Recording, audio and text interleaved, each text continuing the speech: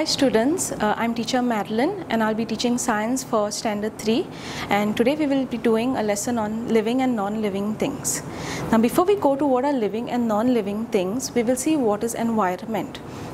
Environment is nothing but the surroundings in which we live in. Now in our surroundings we see a lot of things. Okay, if you just look around you, you will see a lot of things. For example, you will see humans, animals, plants, buildings, bridges, vehicles, etc. Now all these things are classified into two groups, that is living things and non-living things. Now what are living things? Living things are things that have life in them. Okay, living things can move, they can grow, they can eat, they can give birth to young ones, etc. Okay, examples of living things are humans, animals, birds, trees, etc.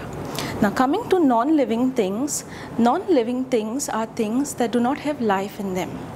They do not move, they do not eat, they do not grow, they do not breathe or give birth to young ones. Now examples of non-living things are your table, chair, book, etc. Okay, now further going on, non-living things are classified into two more groups, that is man-made and natural things. Now man-made things, as the name suggests, are things that are made by humans. Okay, your table, your chair, buildings, vehicles, roads, all these things are made by man. Now natural things are things that are provided to us by nature.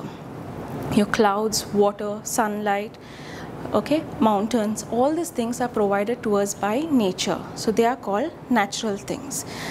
Okay, so man-made things are things that are made by man, and natural things are provided to us by nature. Coming to the features of living things, okay, the first one is all living things require food to live. Now all living things require food to survive. Humans and animals depend on other plants and animals, whereas plants, they prepare their own food with the help of sunlight. Now non-living things, since they do not have life in them, they cannot prepare their own food. Now the second point, living things grow. All living things, they grow. A human baby grows into an adult. Plants, they grow from seed to a plant, okay, whereas non-living things, they do not grow. Now, living things move on their own. All living things move on their own. Humans and animals can move from one place to another very easily. Now, when it comes to plants, plants always like to face the sunlight, okay, and their roots, they go deep into the ground. So that is how plants show movement, whereas non-living things, they do not move from one place to another. Now, living things breathe. All living things breathe. Humans breathe with the help of lungs.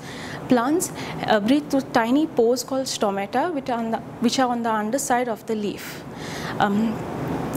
Insects, they have spiracles, which are tiny holes on their body through which they take in air.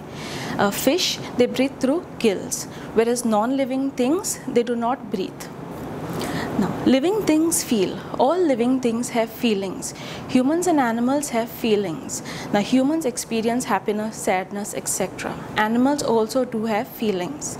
Now, plants, for example, if you see the touch-me-not plant in the surroundings in your garden, you will notice that the leaves are wide open. But when you touch it, the leaves close in. So, plants, they respond to touch. Next is living things reproduce. All living things give birth to young ones. Okay, humans and animals give birth to young ones, whereas birds, they lay eggs.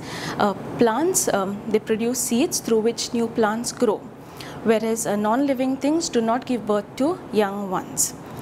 Now, all living things die. Okay, all living things, they reach to a certain period of time and they die, whereas non-living things, they do not die. Now coming back again to the features of living things, let's see. Living things need food to live, they grow, move on their own, breathe, feel, reproduce, and they all die. Now here's a small experiment you can do at home to know that living things grow. What you can do is take a glass jar, fill it with some soil, and you can use seeds like mustard seeds or your beans. Okay, put the seeds in the soil and water them and keep them out in sunlight. After a few days, you will notice that the seed has turned into a small plant. If you want to see the entire process of a plant of a seed turning into a plant, what you can do is, instead of soil, you can put cotton and then put the seeds on top of them and put a little water. Over a period of time, you will see that the seed has turned into a plant. You can watch the entire process. Now that process is called germination, which we will study in the later units. I hope you all have understood today's lesson.